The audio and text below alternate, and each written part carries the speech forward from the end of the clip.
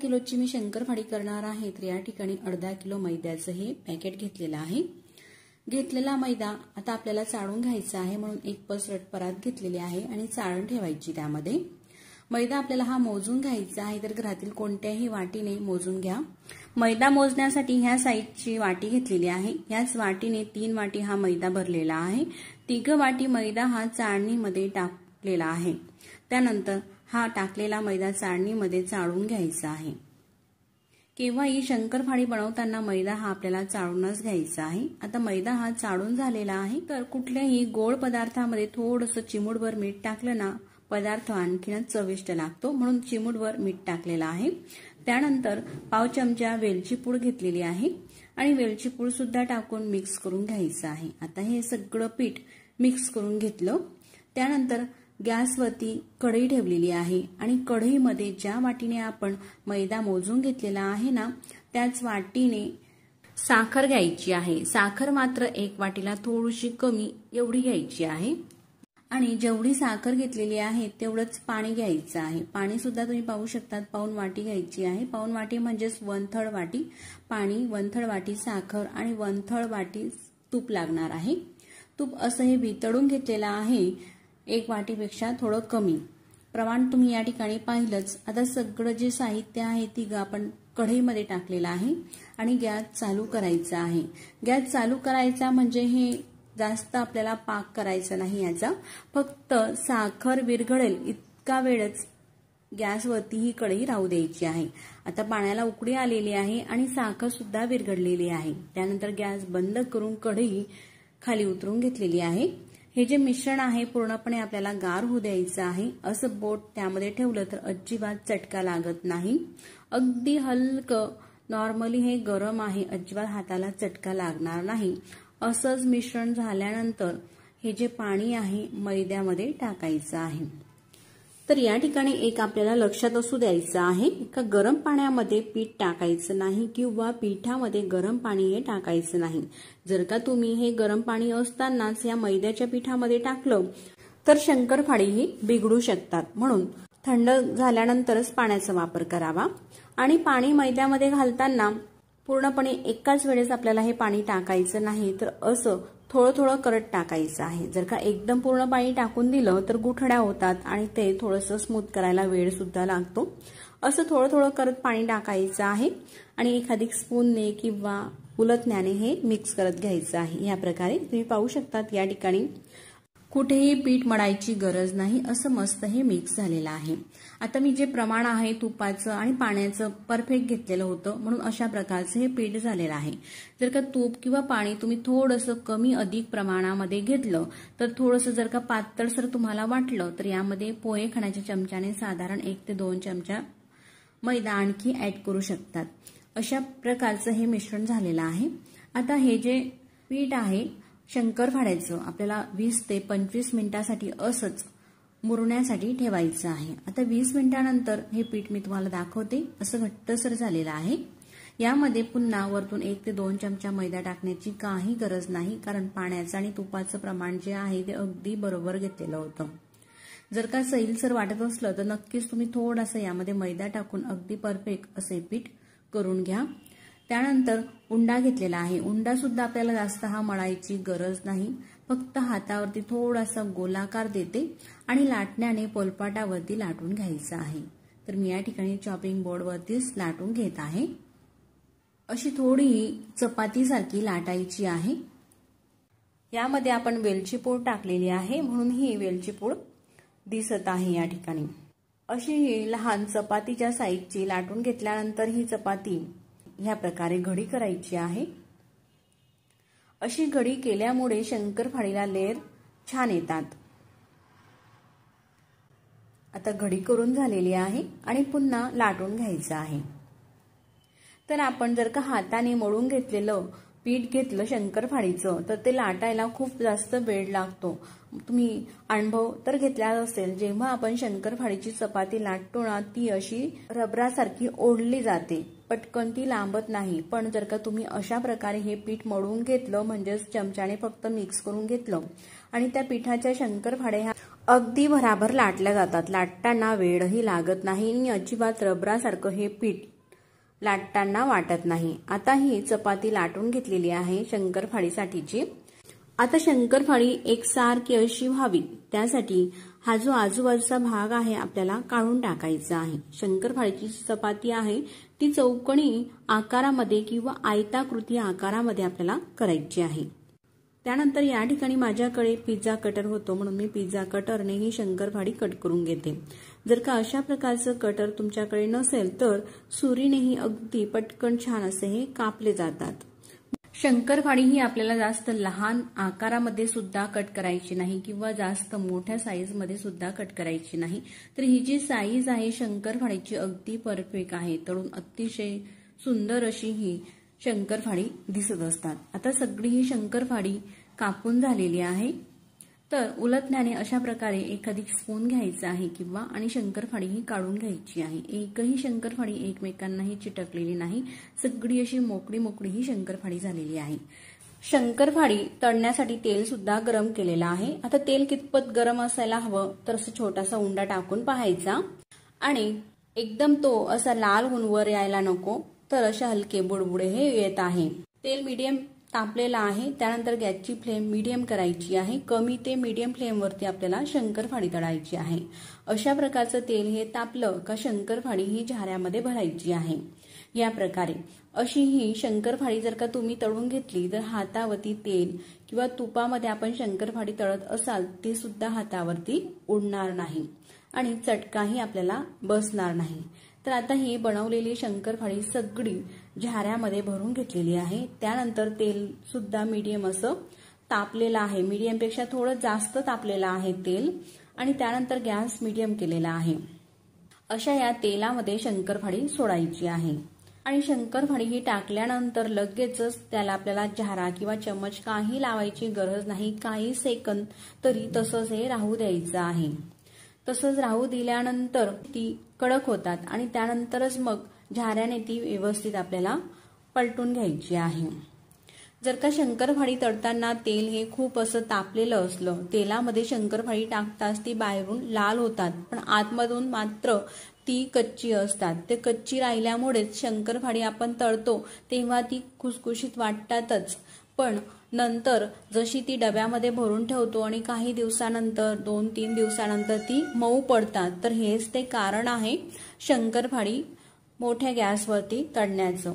कमी गॅसवरती सुद्धा शंकरपाळी तळू नका। जर का कमी गॅसवरती आपण शंकरपाळी तळली तर शंकरपाळीमध्ये भरपूर प्रमाणामध्ये तेल हे जातं, खूप तेलगट्टी शंकरपाळी होतात आणि कडक सुद्धा होतात। म्हणून आधी सांगितल्याप्रमाणे तेल जे आहे ते मीडियम पेक्षा थोडं तापलेलं असावं आणि शंकरपाळी सोडल्यानंतर गॅसची फ्लेम कमी पेक्षा थोडीशी मोठी ठेवायची आहे आणि मीडियम पेक्षा लहान ठेवायची आहे।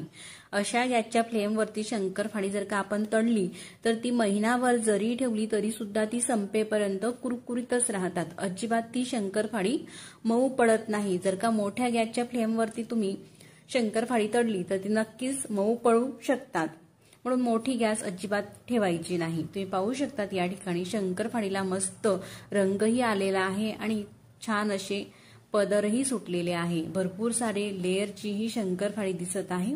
शंकरपाळीला अगदी परफेक्ट असा रंग आलेला आहे। त्यानंतर तेलाच्या आतून काढून घेऊ झाऱ्यामध्ये। तेल पूर्ण हे निथळून घ्यायचं आहे। ही जी शंकरपाळी आहे अजिबात तेलगट होत नाही। टिश्यू पेपर सुद्धा मी वापरत नाही। आता या ठिकाणी टिश्यू पेपर न वापरता अशी ही शंकरपाळी ताटामध्ये घेते। किती मस्त रंग आलेला आहे आणि मस्त लेअर सुद्धा आलेली आहे शंकरपाळ्याला, अजिबात तेलगटही हे शंकरपाळी दिसत नाही। अशाच प्रकारे ही शंकरपाळी तळत असतानाच दुसरी जी चपाती आहे ती सुद्धा मी लाटून घेतलेली आहे। आता ही जी चपाती आहे आधीप्रमाणेच आपल्याला कट करून घ्यायची आहे। अशा प्रकारे जर का शंकरपाळीची चपाती आपण कट करून घेतली, आजूबाजूचा भाग काढून घेतला, तर एकसारखी चौकोनी अशा आकारामध्ये आपली ही शंकरपाळी दिसत असतात. लहान किंवा मोठा किंवा वाकडा तिकडा असा कुठेही शंकरपाळीचा आकार पाहायला मिळत नाही. म्हणून नक्कीच शंकरपाळी बनवताना थोडासा वेळ हा लागतो, पण आपण दिवाळीचं फराळ बनवणार आहोत तर एकसारखं असं छान दिसावं आणि चवीला सुद्धा मस्त असं लागावं, त्यासाठी व्यवस्थितपणे ही फराळाची रेसिपी आपल्याला करायची आहे. म्हणून अशा प्रकारे चौकोनीच कट करून घ्या, मगच शंकरपाळी कटिंग करा, दिसायलाही छान दिसतात. शंकरपाळी ही कट करून झालेली आहे. आधीप्रमाणेच अगदी मोकळी सळसळीत ही शंकरपाळी झालेली आहे. तर आता मी तुम्हाला शंकरपाळीची साईजही दाखवते. आधी तळलेली आहे आपण शंकरपाळी एका चपातीची आणि ही दुसरी चपाती लाटून घेतलेली आहे. तर तुम्ही पाहू शकतात या ठिकाणी हा लाटलेला शंकरपाळा आणि हा तळलेला शंकरपाळा आहे ना, अगदी 4 पटीने फुललेला. आपण यामध्ये बेकिंग सोडा किंवा बेकिंग पावडर काही घातलेलं नाही, तरी सुद्धा किती मस्त असा हा शंकरपाळा फुलून आलेला आहे. आता हे शंकरपाळे सुद्धा आपण तळून घेऊ. आधी ज्या प्रकारे आपण शंकरपाळे तळून घेतले तशाच पद्धतीने ही शंकरपाळी सुद्धा बाकीची राहिलेली सगळी शंकरपाळे आपल्याला तळून घ्यायची आहे. शंकरपाळी हे तळून घेत आहेत तोपर्यंत हा व्हिडिओ तुम्हाला कुठेतरी थोडासा सुद्धा आवडला असेल तर नक्कीच व्हिडिओला लाईक करा आणि चॅनलवरती तुम्ही नवीन असाल, पहिल्यांदा चॅनल हे पाहत असाल तर आपल्या चॅनलला सबस्क्राईब करा. सबस्क्राईब केल्यानंतर बाजूलाच असलेले घंटीचे बटन सुद्धा दाबून ते ऑलवरती क्लिक करा.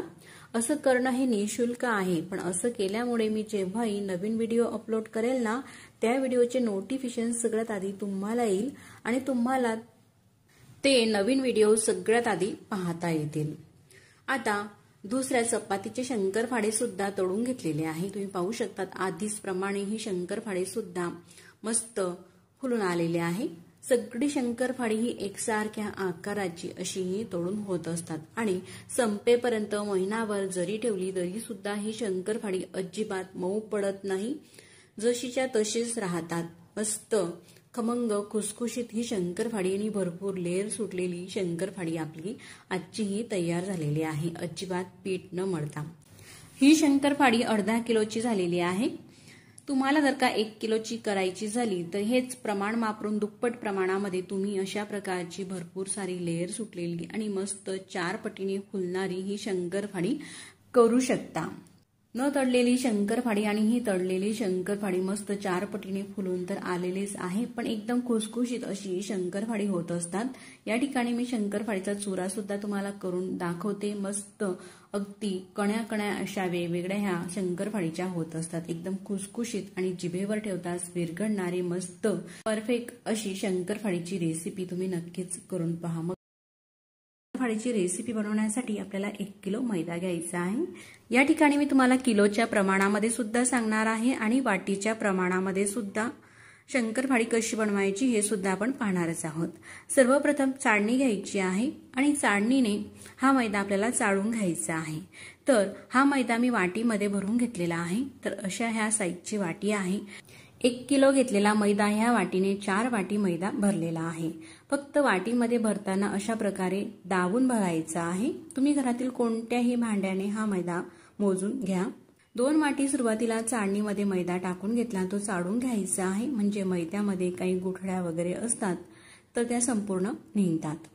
राहिलेल्या 2 वाटी मैदा सुद्धा टाकायचा आहे आणि तो मैदा सुद्धा चाळून घ्यायचा आहे. टोटल आपला 4 वाटी मैदा आपण हा चाळून घेतलेला आहे.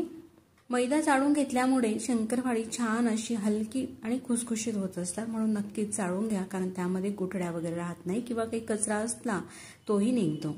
आता चवीसाठी पाव चमचा वेलची पूड आणि अगदी चिमूटभर मीठ घालायचं आहे. गोळाच्या पदार्थामध्ये कोणत्याही थोडंसं मीठ घातलं ना, पदार्थ आणखीनच चविष्ट होतो. मीठ आणि वेलची पूड टाकल्यानंतर सर्व आपल्याला हे मिक्स करून घ्यायचं आहे. मिक्स झालेला आहे. त्यानंतर एक पातेलं घ्यायचं आहे आणि ज्या वाटीने आपण मैदा मोजून घेतलेला आहे ना, त्याच वाटीने 1 वाटी गच्च भरून साखर घेतलेली आहे आणि त्याच वाटीने 1 वाटी आपल्याला दूध घ्यायचं आहे. घेतलेलं दूध साखरेत टाकायचं आहे. दूध किंवा पाणी सुद्धा तुम्ही या ठिकाणी घेऊ शकतात, पण दुधाची शंकरपाळी छान दिसतात दिसायला आणि चवीलाही छान लागतात. आता हे आपल्याला गरम करून घ्यायचं आहे. एक लक्षात असू द्यायचं आहे का दुधाला आपल्याला उकळी येऊ द्यायची नाही या ठिकाणी, किंवा दूध केव्हा फाटू शकते जास्त साखरेचे यामध्ये प्रमाण असल्यामुळे.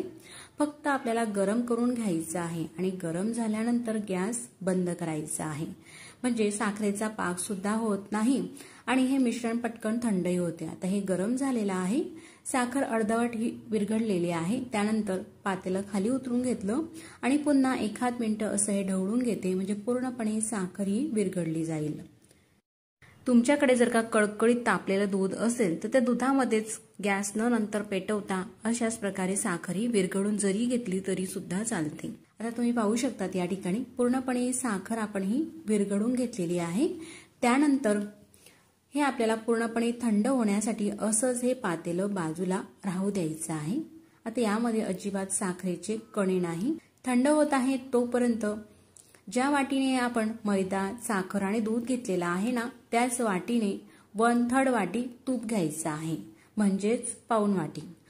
साजूक तूप घेतलेलं आहे मी या ठिकाणी. घेतलेलं पाऊण वाटी तूप मोठ्या भांड्यामध्ये टाकते आणि आता हे तूप आपल्याला कडकडीत असं गरम करून घ्यायचं आहे. या ठिकाणी तुम्ही पाहू शकतात मस्त तूप असं कडकडीत हे गरम झालेलं आहे आणि हे कडकडीत तूप मैद्यावरती आपल्याला सोडायचं आहे.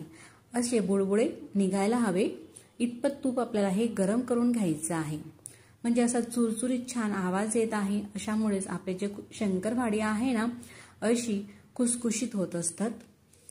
तूप हे गरम आहे, हाताला चटका लागू शकतो, म्हणून एखादी चमचने मिक्स करून घ्यायचं आहे. अशा प्रकारे थोड्या वेळासाठी हे तूप मैद्यामध्ये मिक्स करून घेतल्यानंतर थोडंसं गार झालेलं आहे. त्यानंतर हा चमच आपल्याला बाजूला काढून ठेवायचा आहे आणि हातानेच व्यवस्थित असं हे तूप आणि मैदा चोळून घ्यायचं आहे. एकाच हाताने नव्हे तर दोघं हाताने अशा प्रकारे तळव्याच्या मदतीने हे चोळून घ्यायचं आहे, म्हणजे संपूर्ण मैद्याला, मैद्याच्या कण्याकण्याला हे जे तूप आहे ते लागलं गेलं पाहिजे. अशा प्रकारेच आपल्याला संपूर्ण हा मैदा ह्या तुपामध्ये चोळून घ्यायचा आहे. अशा प्रकारे संपूर्ण मैद्याला हे तूप आपण लावून घेतलेलं आहे. आता या मैद्याचा मी तुम्हाला असा मुटका वळून दाखवते. अगदी परफेक्ट असा मुटका हा वळला गेलेला आहे. तुम्ही पाहू शकतात या ठिकाणी अगदी सहज हा तुटत आहे.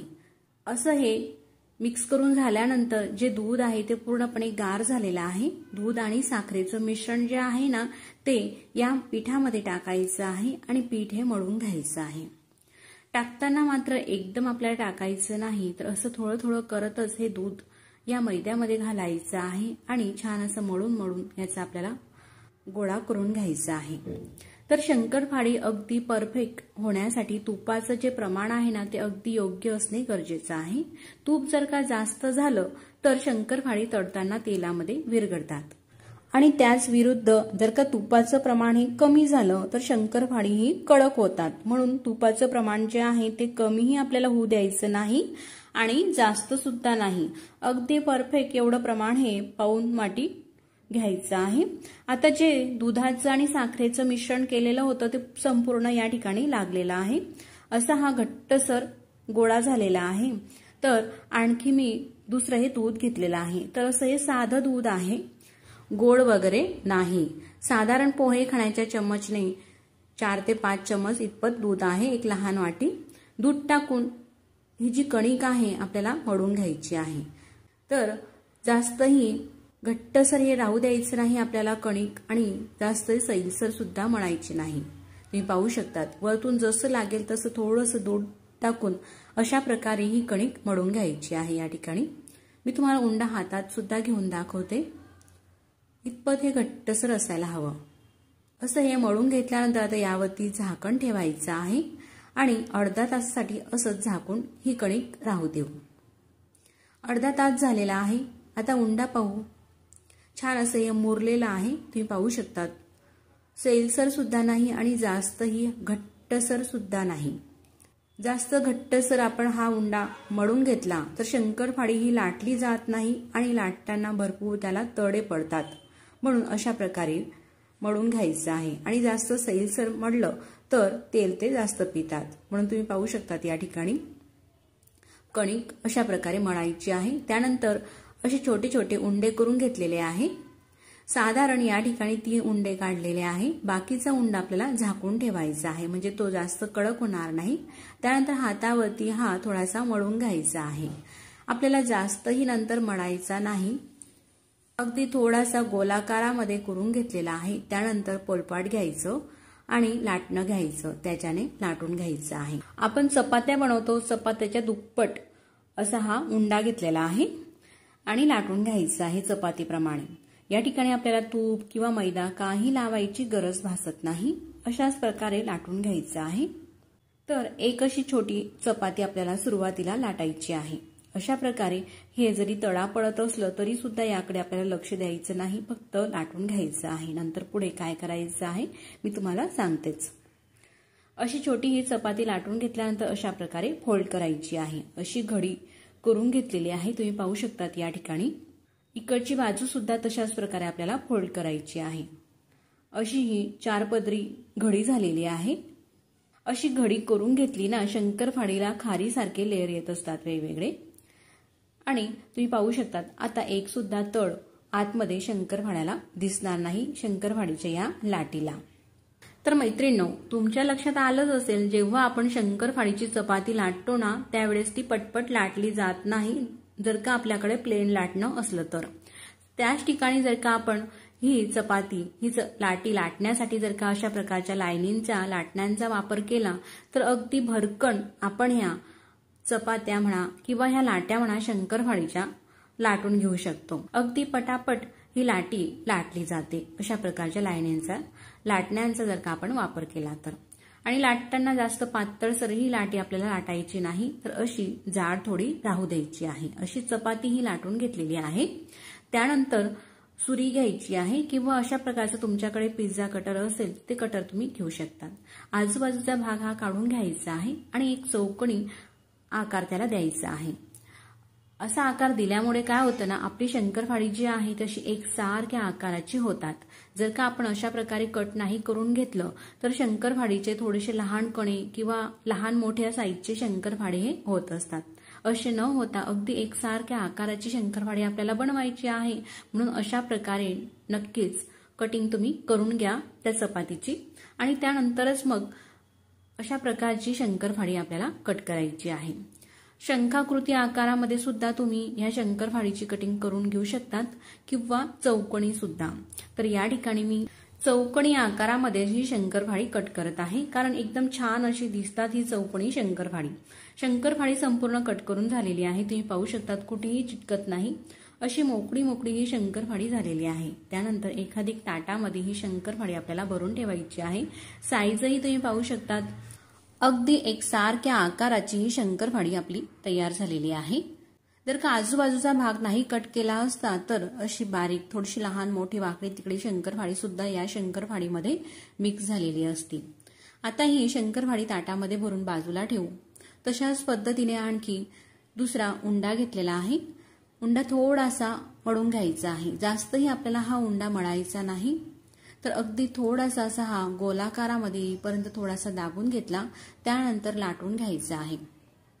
जास्त पातळसर सुद्धा नाही, असं थोडंसं जाडच ही चपाती लाटून घेतल्यानंतर आधी जशी आपण घडी केलेली आहे ना, अशा प्रकारची अशी घडी करायची आहे प्रत्येक उंड्याची. अशी घडी करून घेतल्यानंतर पुन्हा लाटून घ्यायचं आहे. आणि लाटत असताना थोडंसं जाडसे राहू द्यायचं आहे, खूप असं पातळसर किंवा खूप जास्तही प्रमाणामध्ये जाड राहू द्यायचं नाही. तर आपले शंकरपाळे अगदी पटापट व्हावे त्यासाठी हा जो उंडा आहे मी थोडा मोठा घेतलेला होता, म्हणून मोठी चपाती लाटते. लाटताना खूप असं पातळसर आपल्याला लाटायचं नाही, तर थोडंसं जाड राहू द्यायचं आहे. तुम्ही जाडी पाहू शकतात या प्रकारची, जशी आपण भाकरी वगैरे बनवतो ना त्या पद्धतीने हे थोडं जाड राहू द्यायची आहे चपाती. चपाती ही लाटून घेतलेली आहे. आधीच्या चपातीपेक्षा थोडी मोठी लाटलेली आहे मी, कारण मोठा उंडा घेतलेला होता. लाटून झाल्यानंतर आजूबाजूचा भाग जो आहे तो असा चौकोनी आकारामध्ये आपल्याला कट करून घ्यायचा आहे. जर का अशा प्रकारचं कटर नसेल तर तुम्ही सुरीचा वापर करा. सुरीनेही व्यवस्थित अशी हे कापले जातात. अशी चौकोनी सीट तयार झाल्यानंतर आपल्याला ज्या साईजची शंकरपाळी हवी आहे, थोडीशी लहान किंवा थोडीशी मीडियम त्या साईजची कट करून घ्या. पण मी ज्या साईजची तुम्हाला कट करून दाखवते ना या ठिकाणी शंकरपाळी, ही तोडून अगदी जशी आपण मार्केटमधून विकत आणतो ना शंकरपाळी, तशाच आकाराची आणि तशाच साईजची ही शंकरपाळी होत असतात। आता या ठिकाणी दुसऱ्या सुद्धा चपातीचे शंकरपाळे आपण बनवून घेतलेले आहे आणि अशाच प्रकारे राहिलेली जी कणिक आहे त्या कणिकेचे सुद्धा शंकरपाळे आपल्याला संपूर्ण ही बनवून घ्यायची आहे। तर एकदाच सगळी शंकरपाळी न बनवता 2 चपातीची शंकरपाळी बनवून घेतलेली आहे, ती ताटामध्ये काढून घेतली। आता ही काढून घेतलेली शंकरपाळी आपल्याला तळायची आहे, म्हणून गॅसवरती तेल गरम करायला ठेवलेलं होतं। तेल अति सुद्धा आपल्याला गरम नको, मी एक शंकरपाळा तुम्हाला टाकून दाखवते, असे बुडबुडे निघत आहे इतपत तेल गरम असायला हवं। त्या तेलामध्ये शंकरपाळी सोडायची आहे। शंकरपाळी जर का आपण वरतून सोडली तर तेल हे गरम असते, हातावरती आपल्या उडू शकते, म्हणून झाऱ्यामध्ये शंकरपाळी घ्यायची आहे आणि अशा प्रकारे ती कढईमध्ये सोडायची आहे, म्हणजे हातावरती सुद्धा तेल हे उडत नाही। शंकरपाळी टाकल्यानंतर काही सेकंद लगेच आपल्याला झाऱ्याने ते उलटवायची नाही, तर अशा प्रकारे एखादी स्पून वगैरे घ्यायचा आहे किंवा सुरी घ्यायची आणि त्याच्याने अलगद आपल्याला ही शंकरपाळी सुरुवातीला ढवळून घ्यायची आहे। गॅसची फ्लेम मोठी सुद्धा ठेवायची नाही आणि जास्त लहान सुद्धा नाही, तर मीडियम अशा गॅसच्या फ्लेमवरती ही शंकरपाळी आपल्याला तळून घ्यायची आहे। जर का खूप अशा कडकडीत तेलामध्ये आपण शंकरपाळी सोडली तर शंकरपाळी सोबतच ती लगेचच लाल होते आणि आतमध्ये शंकरपाळी ही कच्ची असते। त्यानंतर शंकरपाळी आपण जेव्हा तळून घेतो ना, ती तळून घेतल्यानंतर ती मऊ होतात, म्हणून केव्हाही शंकरपाळी तळत असताना गॅसची फ्लेम मोठी ठेवू नका। तेल असं मीडियम पेक्षा थोडं जास्त तापून घेतलेलं आहे, त्यानंतर गॅसची फ्लेम थोडी कमी केलेली आहे आणि शंकरपाळीला असा मस्त रंग येईपर्यंत शंकरपाळी आपल्याला तळून घ्यायची आहे। तुम्ही पाहू शकता अजून थोडासा हा लाईट रंग दिसत आहे, आणखी थोड्या वेळासाठी ही शंकरपाळी आपण तळून घेऊ। मोठी गॅसची फ्लेम अजिबात ही शंकरपाळी तळत असताना करायची नाही, आपल्याला कमी करायची, मीडियम करायची, अशी थोडीशी कमी अधिक गॅसची फ्लेम करत ही शंकरपाळी आपल्याला तळायची आहे। प्रत्येक शंकरपाळीला तुम्ही पाहू शकता या ठिकाणी मस्त लेयर सुटलेली आहे। जर का आपण गॅसची फ्लेम कमीच ठेवली तर शंकरपाळीमध्ये खूप तेल जाते आणि ती कडकही होतात, मोठी ठेवली तर ती बाहेरून लाल होतात आणि आतमध्ये कच्ची असतात, म्हणून कमी जास्त फ्लेम करून ही शंकरपाळी आपल्याला अगदी परफेक्ट रंगावरती येईपर्यंत तळून घ्यायची आहे। तुम्ही पाहू शकता या ठिकाणी जास्त ही डार्क आपल्याला ही शंकरपाळी करायची नाही, तर असा डार्क बदामी रंग शंकरपाळीला आलेला आहे, अगदी परफेक्ट असा। मी तुम्हाला जवळूनही दाखवते।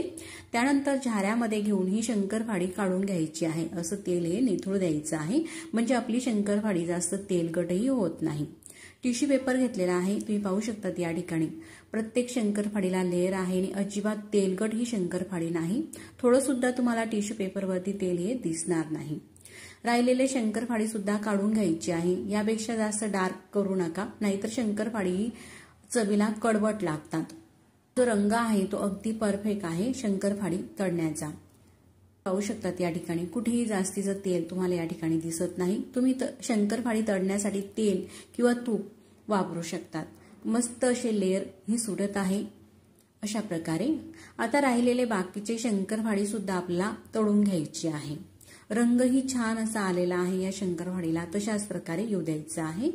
तर दुसरी बॅच तळत असताना सुद्धा गॅसची फ्लेम आता थोडीशी मोठी केलेली आहे, कारण तेल हे गार झालेलं आहे आणि थोड्या वेळासाठी मोठी ठेवून नंतर आपल्याला मीडियम करायची आहे आणि तशाच गॅसवरती आपल्याला ही शंकरपाळी मस्त रंग येईपर्यंत पुन्हा तळून घ्यायची आहे। तुम्ही पाहू शकतात काय मस्त शंकरपाळी ही दिसत आहे।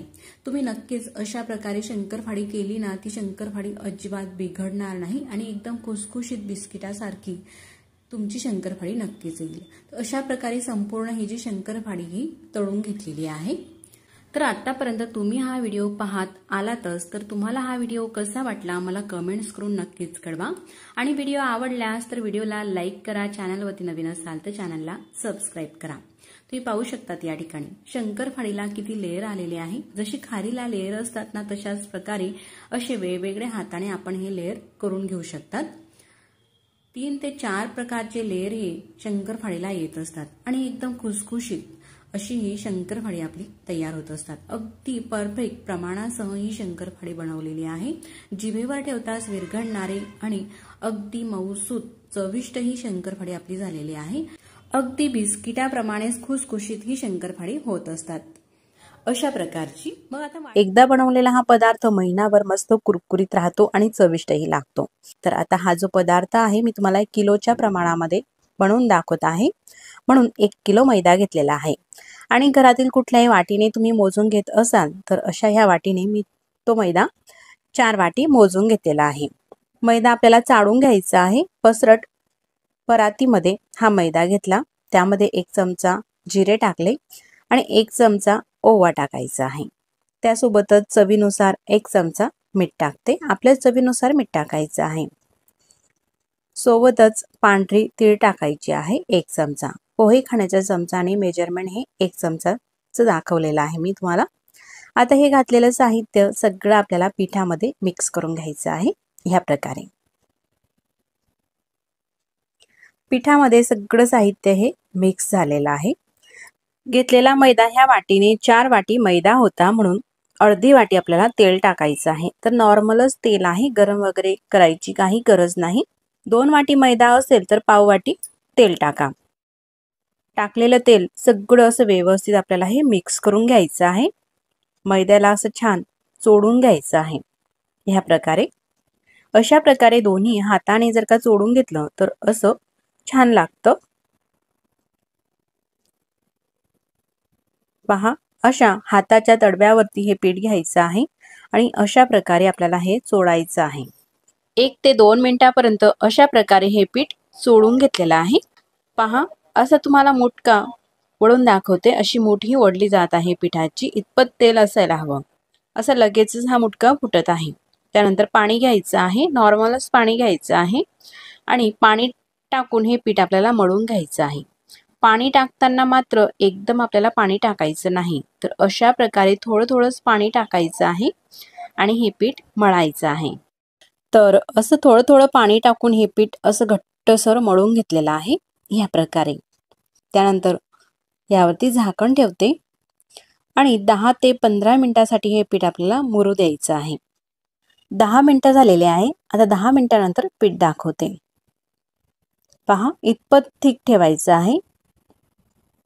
आता ह्या कणिकचा आपल्याला एक उंडा काढायचा आहे। जसं आपण चपातीसाठी घेतो ना, त्यापेक्षा थोडा मोठा उंडा घ्यायचा आहे आणि राहिलेलं पीठ हे झाकून ठेवायचं आहे, म्हणजे जेणेकरून हवेमुळे ते कडक होणार नाही। आता हा उंडा छान गोल करून घेतलेला आहे आणि पोलपाटावरती ठेवायचा आहे।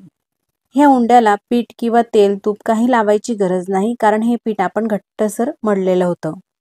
लाटून घ्यायचं आहे। पीठ मळताना छान घट्टसरच मळा, म्हणजे पीठ व्यवस्थित असं हे लाटलं जाते। पहा, त्या उंड्याची अशा प्रकारे चपातीसारखी ही लाटून घेतलेली आहे। त्यानंतर आपल्याला तेल घ्यायचं आहे। ब्रशनेही लावू शकता किंवा अशा प्रकारे हाताने सुद्धा। तर अगदी थोडंसं तेल घेतलेलं आहे। तेल असं थोडंसं लावून घेते, हाताने पसरून घेते आणि त्यावरती कोरडा मैदा जो आहे ना, तो थोडासा आपल्याला भुरभुरायचा आहे या प्रकारे। असा हाताने सगळीकडे व्यवस्थित असा पसरून घ्यायचा आहे आणि त्यानंतर अशा प्रकारे घडी करायची आहे। अशी अर्धी चपाती फोल्ड केली, त्यानंतर थोडंसं तेल लावायचं आहे। इकडची बाजू सुद्धा अशा प्रकारे फोल्ड करायची आहे। त्या ठिकाणी सुद्धा थोडंसं तेल लावून घेते आणि यावरती असा मैदा थोडासा टाकायचा आहे। मैदा किंवा कॉर्नफ्लॉवर सुद्धा तुम्ही वापरू शकता। पुन्हा अशी घडी करू, थोडंसं तेल लावते। अशा प्रकारे जेवढे तुम्ही हे लेयर करा ना, तेवढी खुसखुशीत आणि भरपूर लेयरची आपली ही खारी शंकरपाळी होत असतात। शंकरपाळी म्हणजे आपण थोडंसं वेगळं लुक त्याला देणार आहोत। असं जास्त दाब देऊन ही घडी आपल्याला करायची नाही, अलगद घडी करायची आहे। पहा, अशा प्रकारे ही घडी करून घेतलेली आहे। त्यानंतर लाटणं घ्यायचं आहे आणि लाटण्याने अलगद लाटून घ्यायचं आहे। पहा, असं थोडी छोटी चपाती करायची, त्यावरती पुन्हा तेल लावते, पुन्हा थोडासा मैदा टाकते आणि आता अशा प्रकारे घडी करायची आहे। मी आधी सांगितल्याप्रमाणे जेवढे आपण लेयर करू ना, तेवढीच आपली ही नाश्त्याची रेसिपी मस्त अशी खुसखुशीत आणि क्रिस्पी होणार आहे। पहा, आता अशी लांबट घडी ही झालेली आहे। आता लाटून घ्यायचं आहे। पहा, अशा लांब पट्टीसारखा हा रोल लाटून घेतलेला आहे या प्रकारे। त्यानंतर सुरी घ्यायची आहे, सुरी किंवा पिझ्झा कटर घ्या आणि अशा प्रकारे कट करायचं आहे। आपण जसे फिंगर चिप्स बनवतो ना त्यानुसारच हे दिसत असतात। तर मैत्रिणींनो, कट करत असताना यापेक्षा बारीक कट केले तर काही हरकत नाही, पण जाड कट करू नका। ही साईजही तुम्ही ठेवू शकता। सगळा हा पट्टी रोल कट करून झालेला आहे या प्रकारे। पहा, अशा एकसारखे हे दिसत आहे। आता एक या ठिकाणी तुम्हाला उचलूनही दाखवते। पहा, भरपूर असे हे लेयर सुटलेले आहे। असे केल्यानंतर आपल्याला हे तळून घ्यायचे आहे। गॅसवरती तेल सुद्धा गरम करायला ठेवलेलं होतं आणि गरम तेलामध्ये सोडायचे आहे। तेल गरम असायला हवं। गॅसची फ्लेम मीडियम ठेवलेली आहे आणि मीडियम गॅसवरती थोड्या वेळासाठी राहू द्यायचं आहे, म्हणजे तळून घ्यायचं आहे। आणि त्यानंतर गॅसची फ्लेम थोडी मोठी करायची, थोडी लहान करायची। जास्त लहान गॅसवरती तळले तर तेलकट होतील आणि मोठ्या गॅसवरती तळले तर बाहेरून लाल होतील पण आतमध्ये ते कच्चे राहतील, त्यामुळे मऊ पडू शकता। म्हणून गॅस थोडासा कमी अधिक करत आपल्याला हे तळून घ्यायचे आहे। तर मंडळी, तळून घेत आहेत तोपर्यंत हा व्हिडिओ तुम्हाला कसा वाटला मला कमेंट्स करून नक्कीच कळवा आणि व्हिडिओ आवडल्यास तर व्हिडिओला लाईक करा। चॅनलवरती तुम्ही नवीन असाल तर चॅनलला सबस्क्राईब करा। आधी सबस्क्राईब केले असतील तर मनापासून धन्यवाद। ज्या साईजची तुमची कढई असेल त्यानुसार टाकू शकता। तर आता एवढे हे कट केलेले 2 बॅचमध्ये मी तळून घेणार आहे। अर्धे टाकले। जास्तही उलटपालट करायची काही गरज नाही। उलटपालट करत असताना अगदी अलगद हाताने करायची आहे। पहा, आणि मस्त अशा रंगावरती येईपर्यंत हे आपल्याला तळून घ्यायचे आहे। गॅसची फ्लेम मीडियम आहे। मीडियम गॅसवरती मस्त असा लालसर गुलाबी रंग आलेला आहे, तुम्ही पाहू शकता या ठिकाणी अशा प्रकारे। त्यानंतर पूर्णपणे तेल निथळून हे आपल्याला परातीमध्ये काढून घ्यायचे आहे। पहा, किती मस्त दिसत आहे। याला तुम्ही खारी शंकरपाळी म्हणू शकता किंवा खारी फिंगर चिप्स सुद्धा म्हणू शकता। पहा, अतिशय मस्त। आणि अशाच प्रकारे सगळ्या कणिकचे हे आपल्याला करायचे आहे। 1 किलो मैद्यामध्ये हे भरपूर होतात।